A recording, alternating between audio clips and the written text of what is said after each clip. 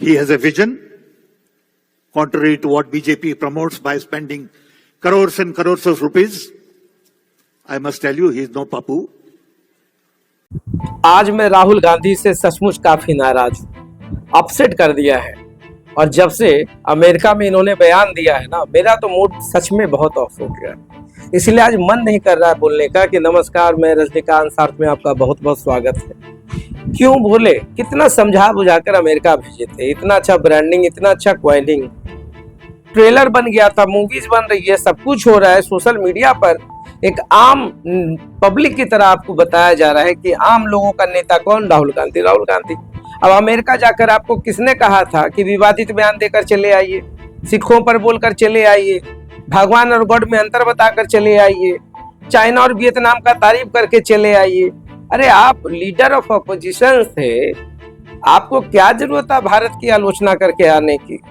सब कुछ इतना अच्छा बंदोबस्त किया हुआ था कि अमेरिका जाएंगे, सेटअप बनेगा, आपकी क्वाइनिंग होगी, ब्रांडिंग होगी, वहां भारतीय लोगों से मिलेंगे, वहां के आप अपोजिशन के नेताओं से मिलेंगे, वहां के आप मेन नेताओं से मिलेंगे। सब कुछ तो तय करके भेजा ही गया था। और ऊपर से देखिए आपके पिट्रोदा साहब, ये इनको क्या जरूरत था कि आज पूरा भारत में या पूरे एक्स पे देखिए ना, ट्रेंडिंग चल रहा है, मैं पप्पू नहीं हूँ, राहुल गांधी पप्पू नहीं है, राहुल गांधी। और क्या जरूरी था ये बताने की? बीजेपी तो बता ही रहा था ना इतने सालों से।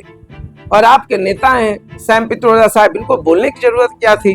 अब कौन नहीं जानता है कि राहुल गांधी इतने विजनरी आदमी हैं, इतने बौद्धिक क्षमता से भरे पड़े हैं।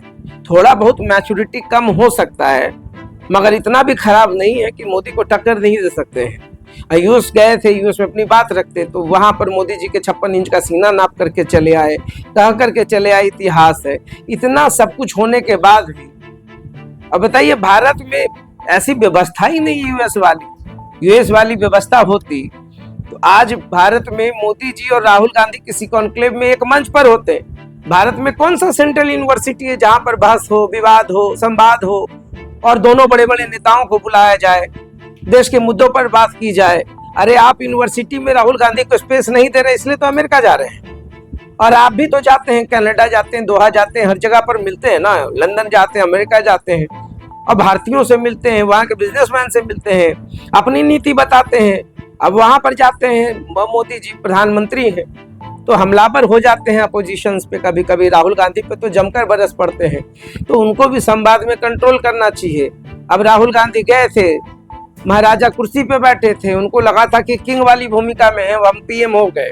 अमेरिका में ही उनकी छवि जो है ऐसी रच गई थी कि सबको लगने लगा था कि अब जो है एक नए क्वाइनिंग, एक नया मेकओवर देखने को मिलेगा, मगर सब उल्टा कर दिए। अरे कम से कम वहां पर आप जो था मोदी जी की नीतियों की बुराई करते, कोई बात नहीं। अब चीन और वियतनाम का तारीफ भी करके आ रहे हैं और फिर दूसरे दिन कह रहे हैं कि चीन जो है दिल्ली इतना कब्जा कर लिया है जमीन का। तो ऐसे में डिप्लोमेटिक फोरम पे जा करके हम, मगर एक बात तो है कि अब तय कौन करेगा कि विदेश में क्या बोलना है, नहीं बोलना है? ऐसा कोई प्रोटोकॉल तो बना नहीं है भारत में। संविधान में यह भी एक हिस्सा होना चाहिए कि जब आप विदेशी धरती पे जा रहे हैं तो आपको भारत के किन मुद्दों पर बात करनी है, किन मुद्दों पर नहीं करनी है।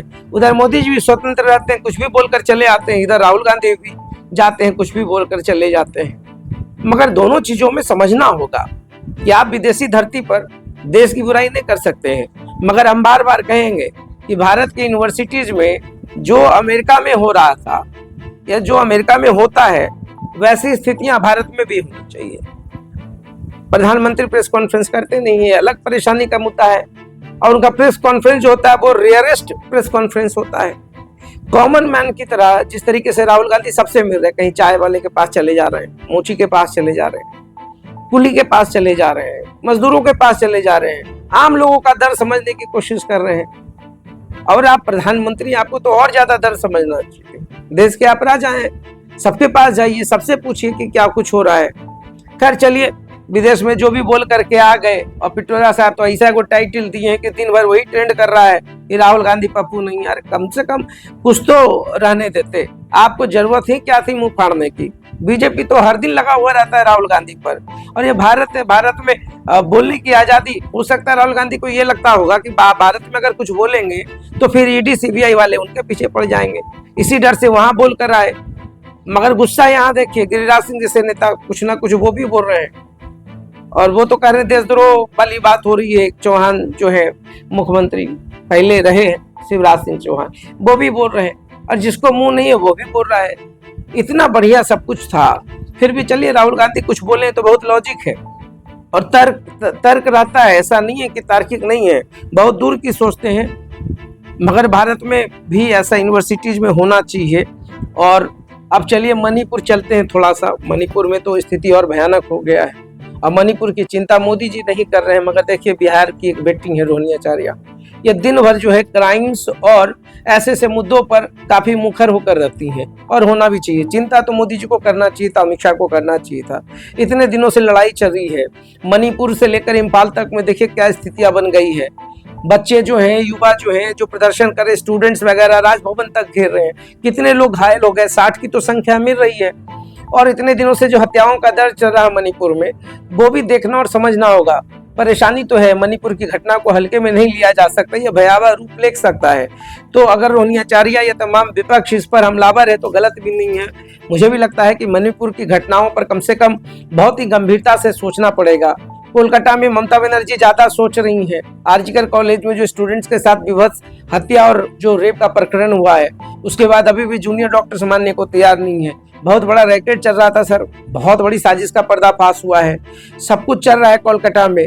और ममता बनर्जी काफी परेशान है, उनको लग रहा है कि आने वाले दिनों में और परेशानी बढ़ सकती है।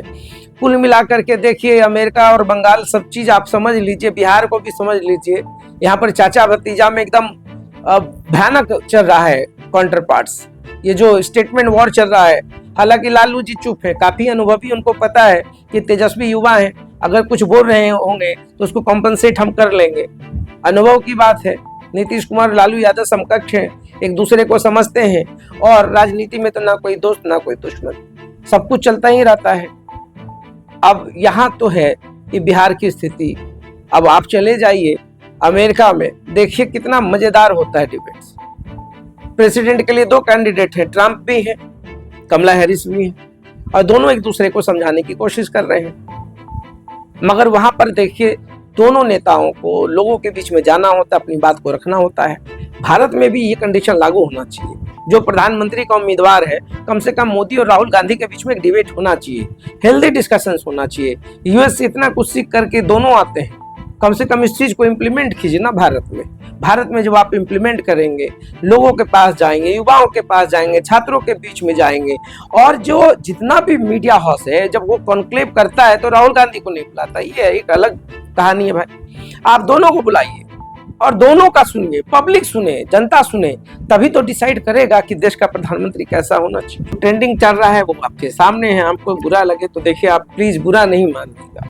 और दिन भर जो ट्रेंडिंग में चलता है और जो मुझे समझ में आता है, अब हो सकता है मेरा उतना बड़ा लेवल नहीं है, मगर जिस लेवल पे समझ पाता हूँ, अगर गलत हूँ तो आप करेक्ट कीजिए ना, कोई दिक्कत नहीं है। और प्लीज भाई मेरे सार्थ चैनल को जरूर सब्सक्राइब कीजिए, सार्थ.ऑफिशियल यूट्यूब पे बेल आइकन जरूर दबाइए।